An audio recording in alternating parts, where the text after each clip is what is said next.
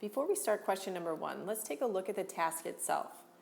It says, Scott has decided to add push-ups to his daily exercise routine.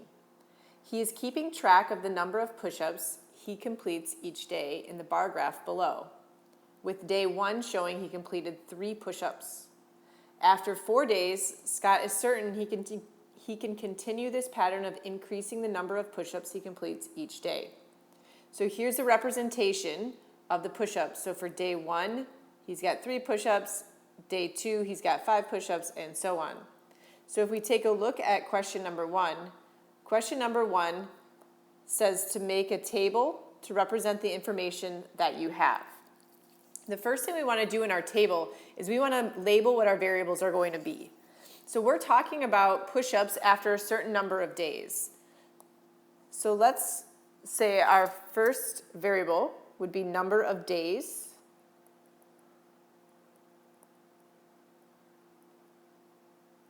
And since we're talking about days, let's use D to represent days.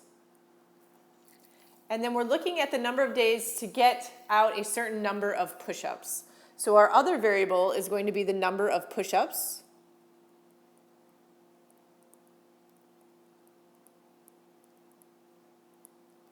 And let's label that again. If we're talking about push-ups, let's use P. And we're talking about push-ups in terms of days. So we would label this as P of D. Then we want to fill out our table. So if we fill out our table, the days that we have are 1, 2, 3, and 4. And we're getting those from right here. These represent the number of days. And then the number of push-ups that we're going to fill in here, we're going to be counting those boxes for each day.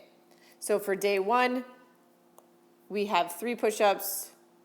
For day 2, we have 5 push-ups.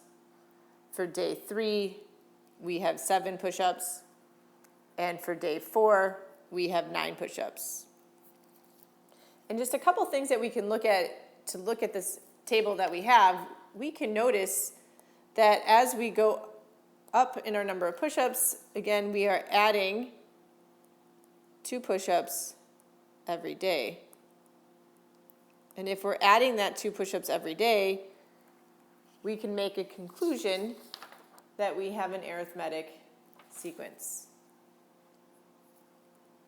And we can just keep that in the back of our minds as we move through this problem.